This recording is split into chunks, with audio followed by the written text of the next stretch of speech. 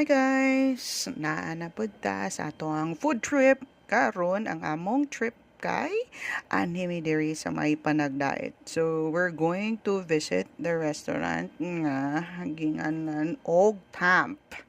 So they're open early in the morning around 7 or 8. Check lang ang ilahang page.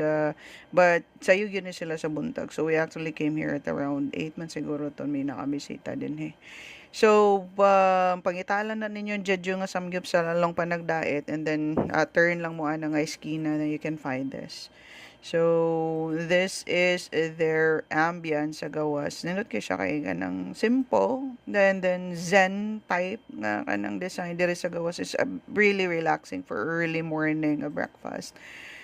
And one of our favorites here is kanang ilahang one of their hidden nga kanang menu nga you can't find it there.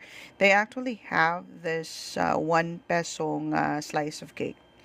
So you can't find it in their menu. Ilang menu it would range from 200 upwards, sometimes even 500 ang rates ani nila per dish nila.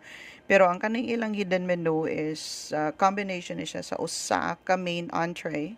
Onya, magpili lang ka sa ilang selection and then plus also one drink nila sa any coffee.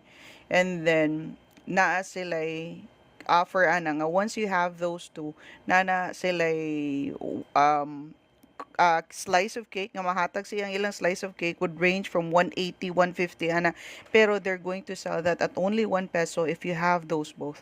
So naay selection sa mga cake din nga imuhang mapili. Sa mua was we chose the chocolate. I think that was chocolate overload. Yang usa kay ang ilahang bestseller which is tres leches nga ang ilang yama nga cake, sorry. Anya, our order here for the main course ako ang partner kay nag-truffle pasta siya. And then I also got the kaning pork chops nila. So that's for our main course, and then we also have like separate drinks ako ang partner. So my partner had like a cappuccino and I also had like the caramel nga frap. This is their bestseller kaning yama nga cake. Just look at that. Layers of vanilla and chocolate, and then ang ibabaw is ang yama cake, and then for their chocolate overload it's moist cake, and then this is also their caramel frappuccino and their cappuccino. So kami puro na set, so we just got this cake actually just for 1 peso instead unta nga kanang kuan, instead sa like paying the full price of 150 160 per slice. So, nanasatan na itong mandatory nga kaon. Okay.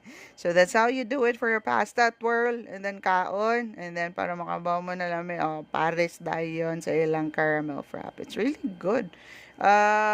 Pero, not really strong coffee. Pero, no, of course, normal na. Sa amo kinanad naman gud may mag-espresso, gud may shots. So, also, sa kanisila, this is also kanang one of the restaurant nga I like. Their kanang pork chop kay pork chop is a make or break. Lisod kani siya lutuon kay just a little bit nga ma-overcook ni nimo gahi na siya, mura na siya bunot. And then of course kani kaon tag salad nila, you may think that it's just really plain pero lami ang ilang dressing. It's actually vinaigrette nga dressing, tangy. I think it's a mix of lemon and as well as mango. Muy akong nakuha sa ilahang kwan, but it's tangy, yummy ang ilahang kwan side dish.